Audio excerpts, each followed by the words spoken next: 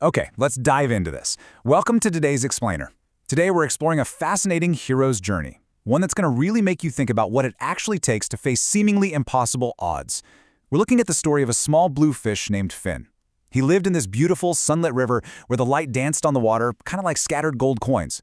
But, this isn't just some simple little tale about a fish. It's actually a really profound look at the physical and emotional obstacles we all face when we finally decide to break away from the crowd.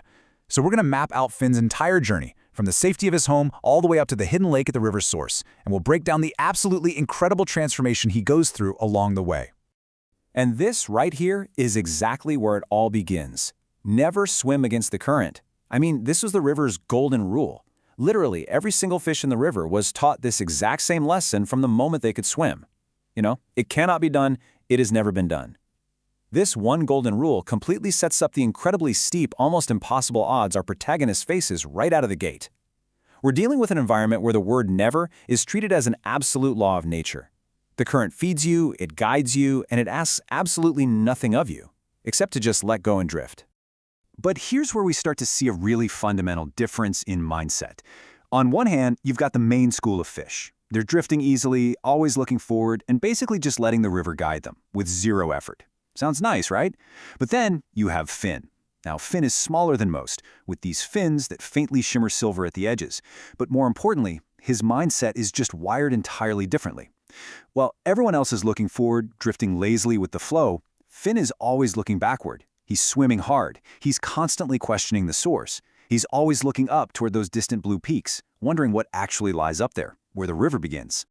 Of course, as you might guess, when you question the status quo, you're going to face some serious resistance. Take this quote from Elder Moss. He was this weary old catfish resting beneath a sunken log. When Finn actually asks what lies past the rapids and the waterfall, Elder Moss straight up tells him there's nothing up there but rocks and rushing water strong enough to break his fins. And to make matters worse, the young fish nearby, they just laugh softly, shake their heads, and tell Finn to give it up because, well, the current always wins. This is just a textbook example of the intense pressure of conformity Finn had to overcome. It's not just the physical water holding him back, right? It's the sheer heavy weight of everyone around him telling him his dream is a foolish waste of time. But despite all that pressure, deep down inside, Finn felt this quiet certainty that the river's story just wasn't finished. And that brings us to this absolutely pivotal moment. Standing alone at the river's edge at sunset, just watching that current rush by, Finn whispers this to himself.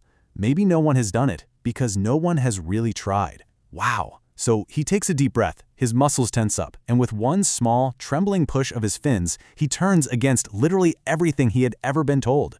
Inch by inch, he starts moving forward against the flow. He actually starts swimming upstream. Now, what's really interesting about this slide is how it maps out the severe escalation of his trials over just 3 days. Because, let's be clear, this journey was not some quick, glorious little swim. The first days were absolutely brutal. The current fought him at literally every turn, slamming him against smooth stones and totally stealing his breath. So on day 1, he's battling the relentless physical force of the water itself. But by day 2, the threat evolves into a deadly predator. And by day 3, the physical toll completely transitions into this crushing, total emotional exhaustion and doubt. Let's break down exactly what happened as this timeline progressed. So on that second day, the environment suddenly shifts. A huge, silent shadow slides across the riverbed. You see, by blazing this new trail, Finn had inadvertently become really easy prey. He was the only fish swimming somewhere a hungry heron had never even needed to look before. Suddenly, bam, the heron's beak spears down through the fractured sunlight like a literal bolt of lightning. Finn twists sideways at the absolute last microsecond, the feathers of the beak literally brushing past his tail, and he dives hard into a dark crack between two boulders. I mean, his heart is hammering, his gills are flaring as the shadow circles above the surface before finally moving on. It's a terrifying near miss that proves just how incredibly dangerous this new path really is. After surviving the heron, the stark reality of his situation truly sets in. Downstream, there's warmth, there's laughter, and there is complete safety among his friends. Upstream, well, upstream is cold, it's isolated, and it's just him battling this rushing current.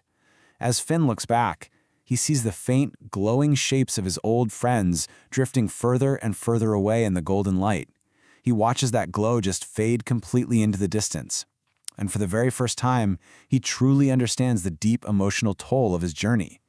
He is alone now, in every possible sense of the word, entirely alone.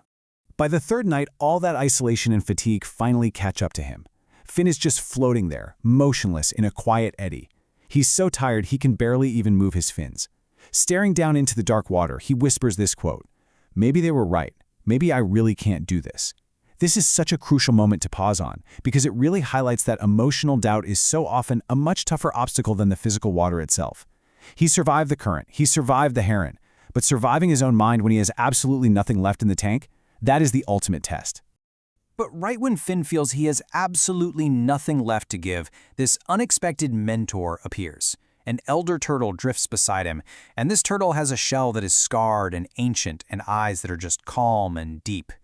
When Finn quietly confesses that it feels like he has nothing left, the wise turtle responds with this powerful question. You've already swum further than any fish before you. Does that feel like nothing? Talk about hitting the nail on the head, right? It is exactly the perspective shift Finn needs in his darkest moment. And then the elder turtle follows it up with this absolutely brilliant piece of advice. Then you're exactly where you're supposed to be. This is where the current stops carrying you, little fish, and you start carrying yourself. Well, let that sink in for a second. That is just such a profound realization. Finn has to transition from simply fighting an external force to relying entirely on his own internal strength, right as he turns to face the absolute greatest challenge of his life. Because right ahead of him is this massive waterfall, just roaring down from an impossible height, with mist rising up like a wall of silver smoke, the wall no fish had ever passed. And Finn? He swims right toward it.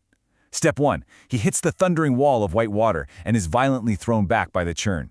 He tries again. Step 2. He is violently scraped against the raw stone, spinning out of control in the water, his body screaming and his fins nearly completely numb. But on the third attempt, he closes his eyes, remembers exactly why he started, and his eyes just snap open with fierce determination.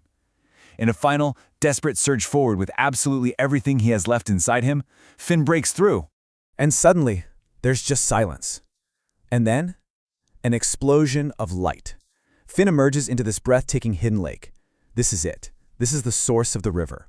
It's a hidden paradise that no fish had ever laid eyes on.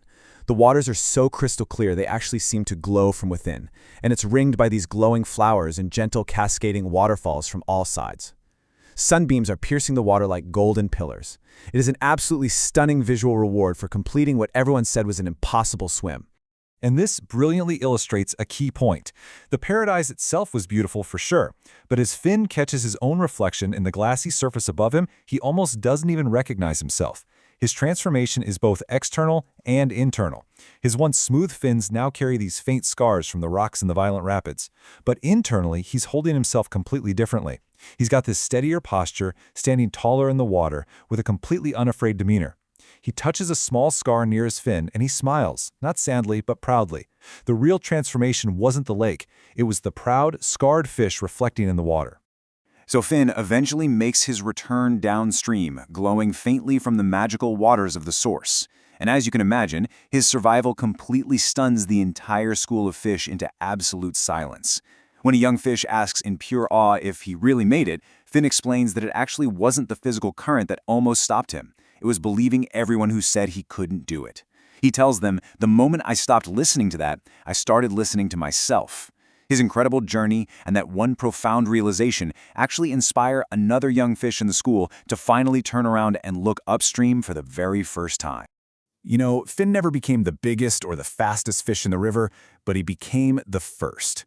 The first to believe that the impossible was only impossible because no one had ever really tried. And that brings us to the powerful moral takeaway of the whole story, which is captured perfectly right here. The current will always tell you which way is easy. Only you can decide which way is right. True success doesn't come from just blindly following the crowd. It comes from believing in yourself enough to choose your own path, even when literally the whole world tells you it can't be done. So as we wrap up this explainer, I really want to leave you with this final, provocative thought. What is the current in your life that you need to swim against? Think about it. What's the easy path you've just been drifting along? And what is the waterfall you've been too afraid to face? Remember Finn's journey. Remember the scars that built his pride. And remember that real, actual growth begins exactly where your comfort ends. Thanks so much for joining me on this explainer today, and I really hope you feel inspired.